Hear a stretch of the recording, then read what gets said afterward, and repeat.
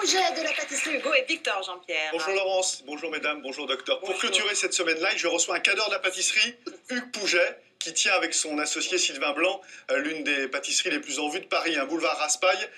Hugo et Victor. Alors, dès 16 ans, notre ami est déjà vice-champion de dessert junior. Ensuite, avec un CAP en poche, eh bien, tu travailles pour les plus grandes maisons de Paris avant de parcourir le monde à la découverte de nouvelles saveurs, l'Asie, l'Amérique du Sud. Aujourd'hui, Hugues sort un super bouquin aux éditions du Chêne, 80 créations, des recettes à tomber pour des petits desserts gourmands.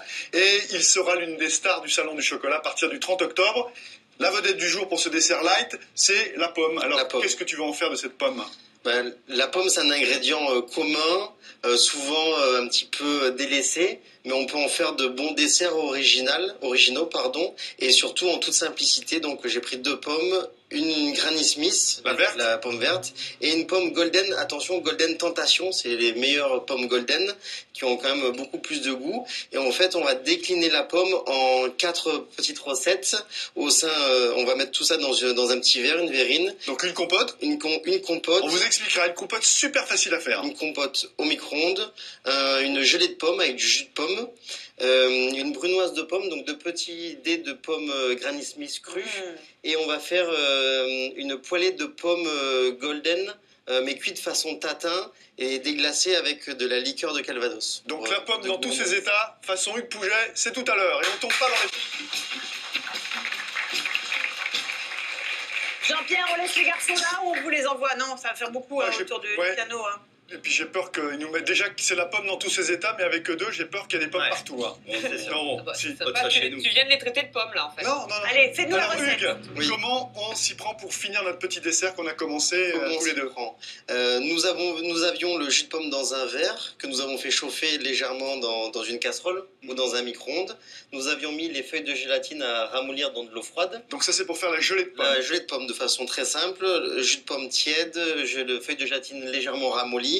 On mélange ensemble et on verse dans nos verres pour faire la base de ce dessert. On laisse refroidir 1 heure au réfrigérateur. Ça suffit 1 heure, 2 heures.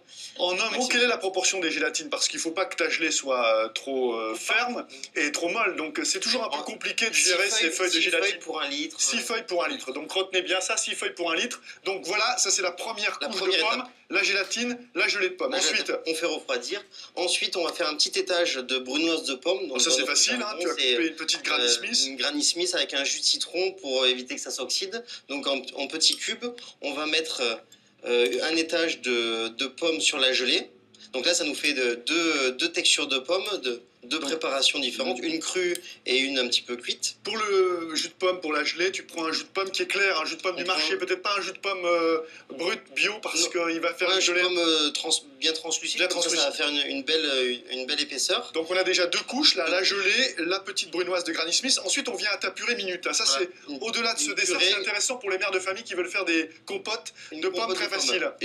Nous avons épluché nos golden tentation. Nous avons mis un jus de citron pour avoir une belle acidité, un petit peu de sucre roux juste pour assaisonner. Et en fait, on filme comme ceci, on passe au micro-ondes pratiquement à la puissance maximum pendant 3, 4, 5 minutes. Un petit coup de mixeur et on a la compote comme ceci. Et ça nous permet d'avoir une compote rapide, pas besoin de sortir la casserole, on l'oublie pas sur le gaz, etc. On met le minuteur du micro-ondes et c'est très rapide. Donc voilà, compote express et 3e texture de pomme qu'on va empiler sur notre brunoise. Sur la brunoise, donc ça fait une 3e texture.